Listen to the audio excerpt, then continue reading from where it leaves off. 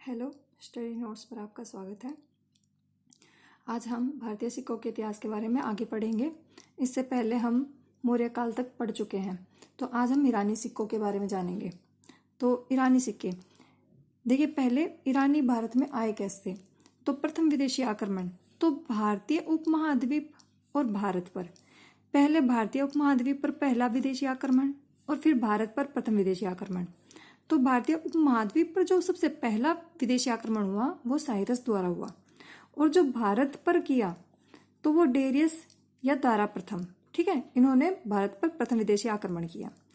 ये दोनों ही हकमनी वंश के थे। साइरस जो है वो डेरियस का पिता था और डेरियस साइरस का पुत्र था। इन्होंने भारत में सोने और चांदी की मुद्राएं जारी की। सोने की मुद्रा का नाम डेरिक था और चांदी की मुद्रा सोगदोई। नाम याद करना बहुत इजी है। देखिए, डेरियस प्रथम डेरिक और साइरस सोगदोई स और डेरियस ड। तो सोने की मुद्रा, बस वापस ये याद रखना कि सोने की जो मुद्रा है वो स से नहीं होती, सोने की डेरिक और चांदी की सोगदोई, यानी कि विपरीत है। अब आगे देखते हैं। उसके बाद आते हैं हिंदी यवन सिक्के। हिंदी यवन सिक्के, भारत में सर्वप्रथम जो सोने के सिक्के जारी किए गए वो मिनांडर या मिलिंद के द्वारा किए गए, और सर्वप्रथम लेख युक्त सिक्के हिंदी यवनों द्वारा। हिंदी यवन सिक्कों का जो भंडार है, जो मतलब हिंदी यवन सिक्के जो प्राप्त हुए हैं वो बैराठ यानी कि जयपुर और राजस्थान के पास से हुए हैं। जो बैराठ से 36 मुद्राएं प्राप्त हुई हैं। 36 मुद्राएं एक मृद भांड में कपड़े में लिपटी हुई मिली थी, और 36 मुद्राओं में जो 8 मुद्राएं थी वो पंचमारक मुद्राएं थी, और इसमें से जो 28 मुद्राएं हैं वो हिंदी यवन सिक्के थे। 28 में से 16 मुद्राएं जो थी वो मिनांडर के समय की थी। 16 मुद्राएं किसकी थी? मिनांडर के समय की थी। और जो मिनांडर के सिक्के थे उन पर धर्म चक्र प्रवर्तन, हाथी का चित्र और धार्मिक शब्द लिखा हुआ मिला है। धर्म चक्र प्रवर्तन का मतलब है धर्म रूपी चक्र का चलना, और इससे पता चलता है कि जो मिनांडर था वो बौद्ध धर्म का अनुयायी था। और मिनांडर के बौद्ध धर्म के अनुयायी होने की जो मतलब प्रमाण मिलता है वो नागसेन की कृति मिलिंद पन्हों से मिलता है। जो मिलिंद पन्हों में जो मिलिंद शब्द है ये मिनांडर का ही नाम है, मिलिंद।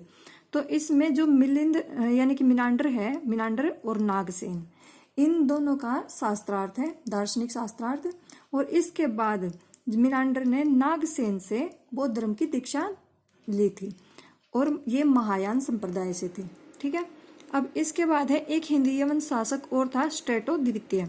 इसने शीशे के सिक्के चलाए थे, और वो जो शीशे के सिक्के थे वो दिनार के समान थे। जो दिनार की मतलब जो दिनार सिक्का होता है, मुद्रा होती है, उसके समान थे।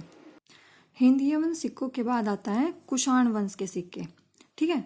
तो कुषाण वंश तो सर्वप्रथम यानी कि सबसे पहले राजा का नाम, उस समय की तिथि, राजा की आकृति और देवी देवताओं, ईरानी हुए या हिंदू हुए उनके, और बुद्ध के चित्र अंकित का प्रचलन आरंभ हुआ। सबसे पहले कुषाण वंश के जो सिक्के थे उन पर राजा का नाम, तिथि, राजा की आकृति, देवी देवताओं और बुद्ध के चित्र का अंकन प्राप्त होता है।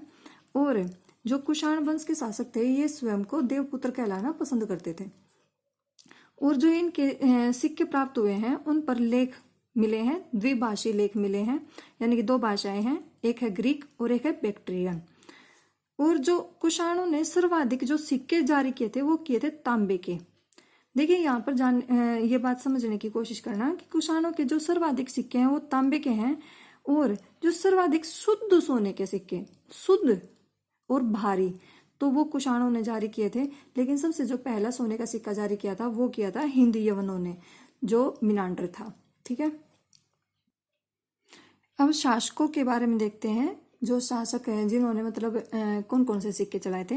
तो सबसे पहले है कुषाणों में कुजुल कड़फिसेस। इसने तांबे के सिक्के जारी किए थे, और तांबे के सिक्कों पर हेराक्लीज की आकृति थी।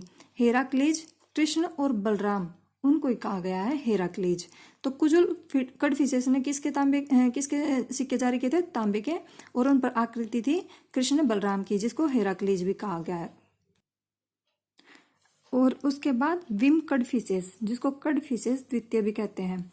तो कुषाणों में सबसे पहले सोने के सिक्के विम कडफिसेस ने जारी किए थे, और उन पर जो आकृति है वो शिव, नंदी और त्रिशूल का चित्र मिला है, जिससे पता चलता है कि जो विम कडफिसेस था वो शैव धर्म का उपासक था। इसके बाद आता है कनिष्क। कनिष्क ने तांबे के सिक्के भी जारी किए और सोने के सिक्के भी जारी किए। तो जो तांबे के सिक्के जारी किए सर्वाधिक मात्रा में इसी ने किए थे, और सबसे शुद्ध और भारी सोने के सिक्के जो कि 124 ग्रेन के थे वो कनिष्क ने जारी किए थे। और कनिष्क के जो सिक्के थे उन पर जो आकृति है वो बुद्ध का मानव रूपी चित्र है उन पर। और हुविष्क जो शब्द है वो चतुर्भुजी विष्णु के लिए प्रयुक्त किया गया है।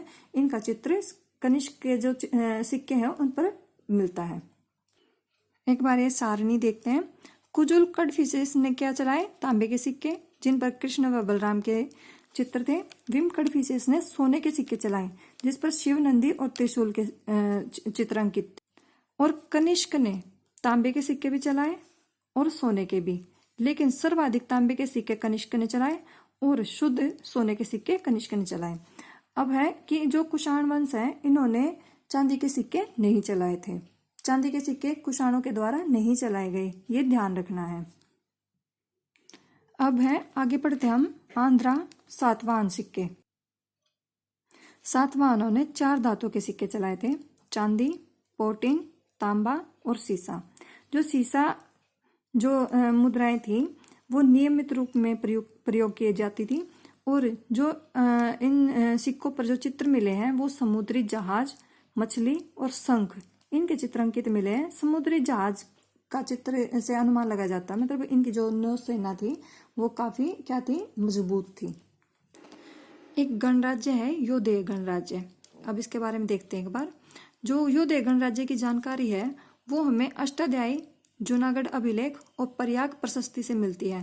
प्रयाग प्रशस्ति समुद्रगुप्त का मतलब प्रशस्ति है, और इसमें जो योधेय गणराज्य है इनको सम्राट को संतुष्ट करने वाला गण बताया गया है। और जो योधे हैं इनको जो महाभारत में युधिष्ठिर है उनके वंशज बताया गया है। इनके जो सिक्के हैं वो कहाँ से प्राप्त हुए हैं? पंजाब और हरियाणा से। और चांदी, तांबे और पोटिन के सिक्के इन्होंने जारी किए थे। तो जो इनके सिक्कों का वर्गीकरण है वो काल क्रमानुसार यानी कि इनके टाइम के हिसाब से 3 भागों में विभाजित किया है। पहला तांबा, चांदी और फिर से तांबा प्रयोग किया गया सिक्कों को बनाने में। और जो तीसरी बार किया गया था वो कुषाणों के अनुकरण के समय, यानी कि ये कुषाणों के उस टाइम के मतलब समकालीन थे। और जो इनका वर्णन हमें मिला है जैसे अष्टाध्यायी से मिला है, जूनागढ़ अभिलेख से मिला है, और यानी कि इनसे पहले इनका टाइम आ चुका था। मतलब ये इनका जो टाइम पीरियड चल रहा था वो उससे पहले था। इनके सिक्कों पर जो चित्र मिले हैं वो है वृषभ के सम्मुख स्तंभ आकृति, गज व नंदी पद का चिन्ह, कार्तिकेय जो कमल पर खड़े हुए हैं, कार्तिकेय की पत्नी देवसेना, सुमेरु पर्वत, बोधि वृक्ष, कार्तिकेय व मयूर, इनके चित्र इनके सिक्कों पर मिले हैं। और इनके सिक्कों पर जो लेख मिले हैं वो अस्पष्ट है, तो उनको जो पढ़ा है अनुमान से तो वो भूप धनुष, बहुधन के और बहुधानक, ये एक ही शब्द है जो 2 मुद्राविदों ने पढ़े हैं।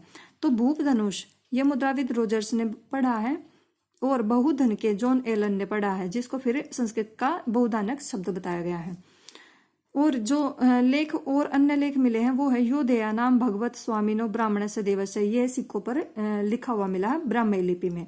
योधेया नाम योधेय गणस्य जय, और ये भी लेख मिला है।